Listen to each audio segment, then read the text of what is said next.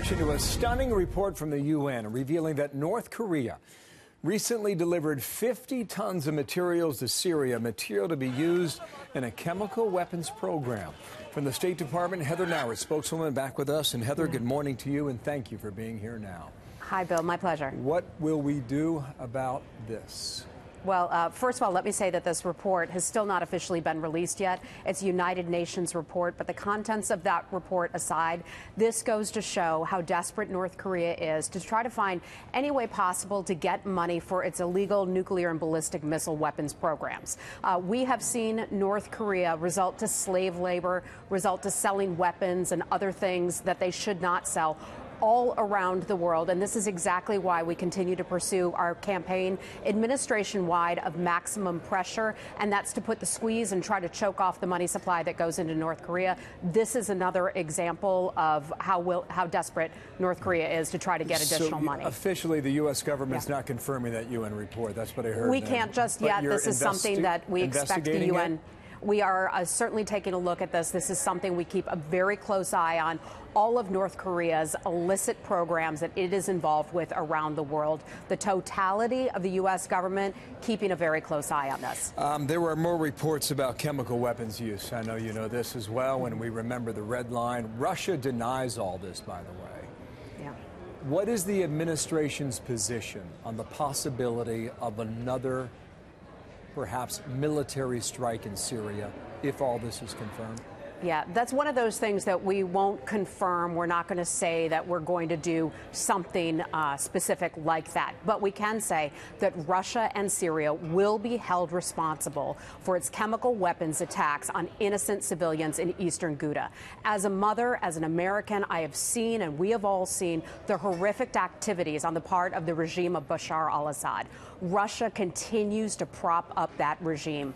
Russia years ago had committed as a guarantor that it would help Syria get rid of its chemical weapons. Russia failed to do so. So we saw over the weekend the United Nations Security Council, backed by 15 countries unanimously, that included the United States, agree to try to hold them accountable for those actions. We are calling for a ceasefire, a ceasefire throughout the country of Syria. There are a few exceptions to that ceasefire. That's one of the things that we're pushing ahead with right now, and hope that Syria will agree to that and that Russia will help.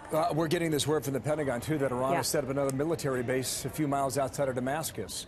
One of the last military bases was taken out by the Israelis. What is the State Department's reaction on this? Sure. We've certainly seen that report as well. That is nothing new. We have long known that Iran is involved in malign activities all around the world, and that's exactly why this administration... Let me just finish, Bill. That's exactly why this administration broadened its approach to Iran. We no longer look at our relationship or our focus on Iran just about the nuclear program. We look at all the bad activities that Iran is involved with around the world, including funding Hezbollah, including sending weapons and material into Syria. It is something that has to stop, and the world is paying attention to that. Over the last couple of minutes, we've talked about North Korea and Iran and Syria, and you mentioned Russia. Russia is the common thread behind all three, correct? Well, Russia and Iran and some other bad actors around the world, and that's exactly why we keep a close eye on this. But it's Putin, right? Well, it's Moscow. Putin runs the country. Propping up all three. So that is certainly part of it. Yes, exactly. Russia is doing that. We will hold Russia to account for its bad activities, including what it is doing in propping up Bashar al-Assad and allowing the killing of innocent civilians in Syria. Did the Olympics change anything?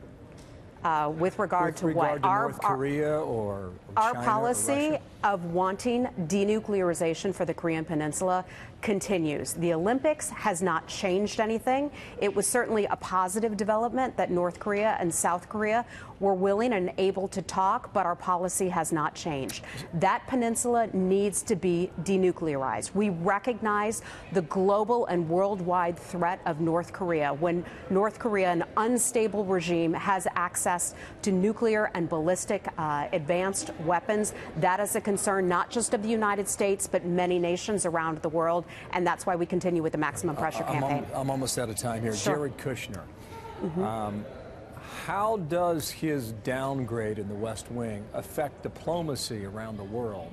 with regard to the job that you do and Rex Tillerson does? Yeah, so I can tell you this. In terms of security clearances, that is something that I can't comment on from this position at the State Department. But overall, I can tell you that the State Department works very closely with Mr. Kushner and others at the White House to advance one of the president's top priorities, and that is Middle East peace. So I can tell you the pressure will not come off Middle East peace. That is a top priority for us, and we expect Mr. Kushner to continue his work on that. It is something very important to the president. Well, so no change on that front, correct? I can't see any change on the importance of that or his work on that issue. Thank you for your time today. All right, Bill. Appreciate Great to see you. Heather Nauert, thanks from the State Department.